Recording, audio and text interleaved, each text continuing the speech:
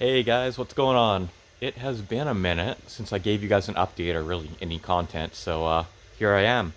I'm finally past like kind of the busiest part of my season, got on top of all my repotting of seedlings, stuff like that. So finally have a bit more time to make content and show you guys some updates, stuff like that. So thought I would give you this in the meantime since this is easy for me to make. And yeah, let's show you guys what I've been doing. There's nothing too crazy to show you in the greenhouse. I have a lot of the shade cloth up, which I may add even more of. It's already starting to get brutally hot in here on sunny days. So I'm a little bit worried when it comes to summertime, keeping it cool in here. And yeah, hoping the plants will be okay. I'll have a couple fans going too and stuff like that. So we will see. I'm a little nervous about it though, to be honest. Over along this wall, I had some space to actually put a row of dirt, and there's some monkey flower that has volunteered there, but this is mainly beans and peas growing here, different varieties of beans. You can see starting to climb here.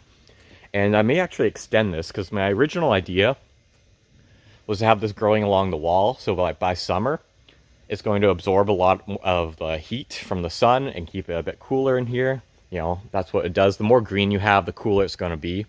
And also it's something I can eat, so why not? And beans and peas are pretty easy to manage. It's not really that much effort besides just picking them and stuff occasionally. So I may actually extend this because this little section is not really going to make a huge impact heat-wise. But that was the original idea, and it's like, just, yeah, why not? Got lots of seedlings here growing.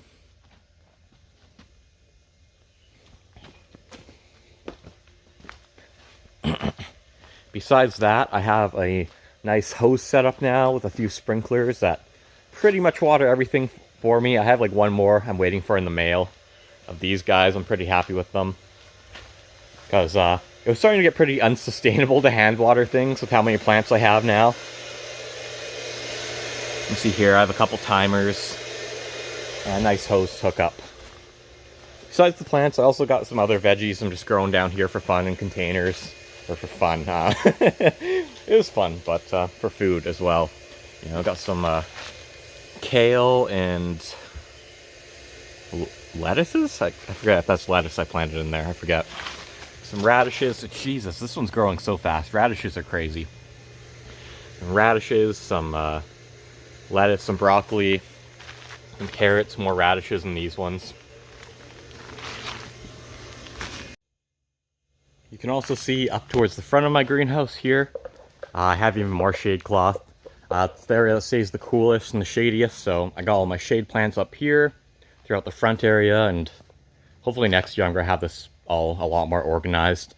It takes some time to really get used to the layout and like the most optimal way to like lay things out and stuff, so you know, lots of stuff to learn still, so I can be more efficient moving forward. Okay, we're out back now where I have a lot of my seed bed plants I'm working on. I want to kind of show you guys what I've done out here, what's kind of in bloom. And I have a scythe I bought like a week ago. I've used it once just to kind of like figure out how to use it properly. So I'll show you guys that later too. It's just be aware, my technique has room for improvement, let's say. Here we got some like nice lupine, some strong lupine. Planted these guys straight in the ground. I tried red lupine didn't transplant well, but these are all ones I dug up from my old property that I had planted, and I've put here, and they've transplanted actually quite well for the most part. The bees really seem to enjoy them too. You know, over here I got lots of gumweed planted, and for the most part I'm planting everything in pots and then just putting them directly in the ground so they can still root. But if I need to move them or anything, I can still do that.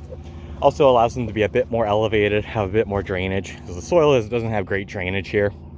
You can see like this is something I dug a while back, was going to do stuff with, but it just fills with water, and now it's basically a little pond anytime it rains. But it actually works for certain things. Some of the like more aquatic species, or species that can tolerate wetness, I'm growing in here. Like you see the monkey flower. I got checker mallow in there too, which I could actually move. Same with the blue-eyed grass. Love blue-eyed grass. These guys are actually members of the iris family, but they're very tiny irises. They don't grow very big, but I love the flowers. And bees seem to quite enjoy them as well. You know, got some tufted hair grass, which really enjoys moisture.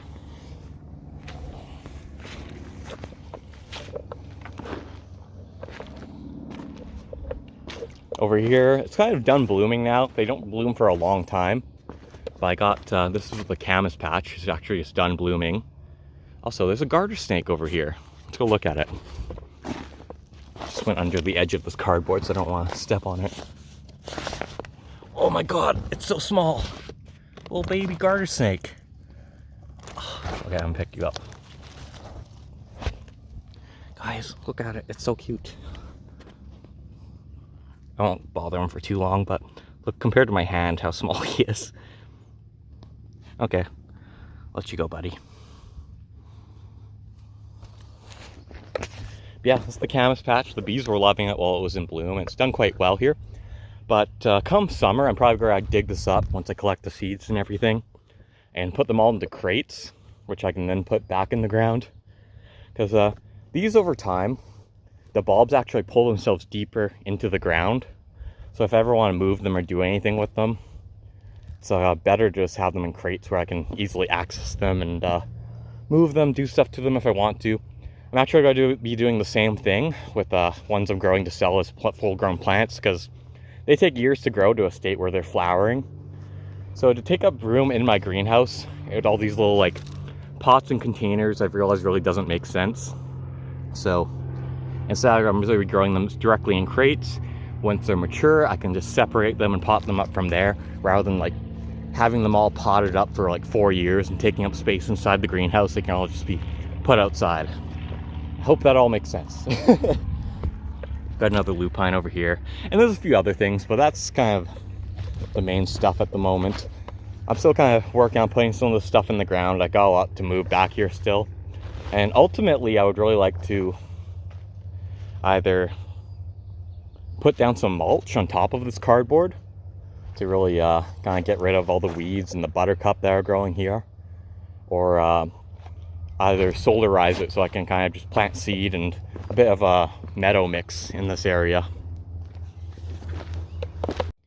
I found another garter snake. They're kind of everywhere today.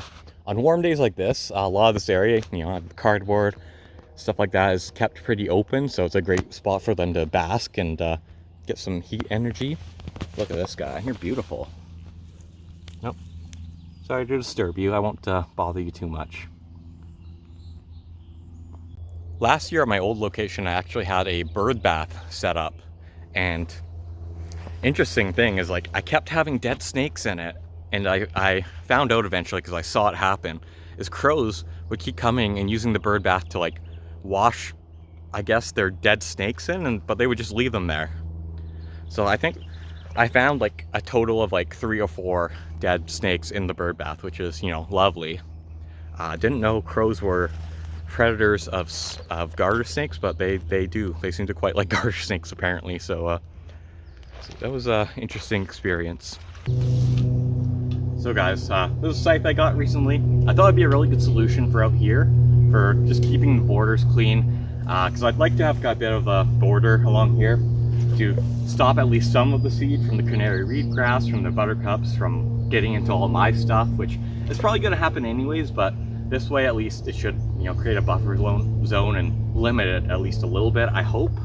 And I thought this would be a good solution to that, rather than like a mower or, you know, brush cutter or something like that. You know, getting that out here could be a pain, especially with electricity hookup and stuff like that. So yeah, plus a scythe is cool, and I thought it would be fun, so let's try it out here. I've actually tried it a little bit, but let's see, maybe my techniques improve.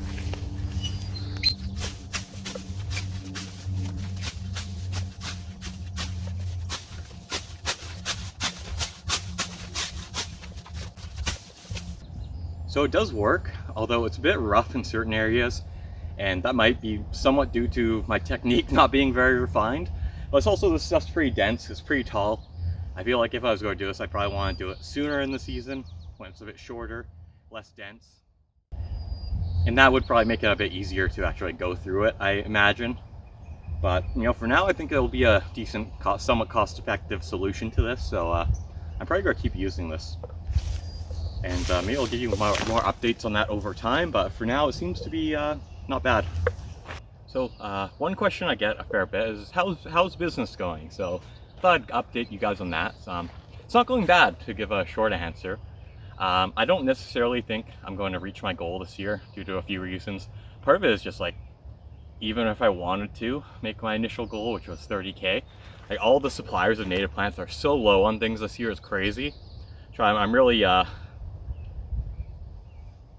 glad that I grew so much of my own stuff starting last year. So I've been able to really utilize that and probably make a bigger profit than I did last year out of the amount I'm selling, because more of it is stuff I've grown personally rather than stuff I've been buying and reselling, which is really the direction I want to go going forward, is just growing as much of my own stuff as possible. But so yeah, it's not going bad. It's given me a lot to think about in what direction I want to go going forward, and how I might want to change things for next year. Other than just selling native plants, I've also been keeping busy doing different educational presentations about native plants and kind of ecology related things, pollinators, stuff like that. I've also been doing a bit of consulting for people, like at-home visits, telling them what native plants would do well in their area, stuff like that. So I've been trying to diversify a bit in that way as well. So I have more work and things to do throughout the other seasons. Spring is really busy for that kind of stuff, but I'm hoping I can keep that going, so I have other work to do in the summer and the fall, stuff like that, and really just like diversify what I'm doing. I think that's going to be a big thing for me. Anyways, guys, that's pretty much all the updates I had for today. You got to see me scything, you got to see some of the updates for the nursery. If there's any content you're interested in seeing involving native plants or my nursery, let me know in the comments below. I would be interested to hear, and what kind of stuff you guys want to see. Also, we got 100 subscribers. We're actually up around 160 now, which is pretty sweet. Next goal is 500, because then I will unlock a community tab for YouTube, which will allow me to post cool plant pictures and stuff like that in your feed for you. So if you like this video, if you like the content I'm making, like, subscribe, all that stuff. And yeah, peace out. That's it for now. Take care.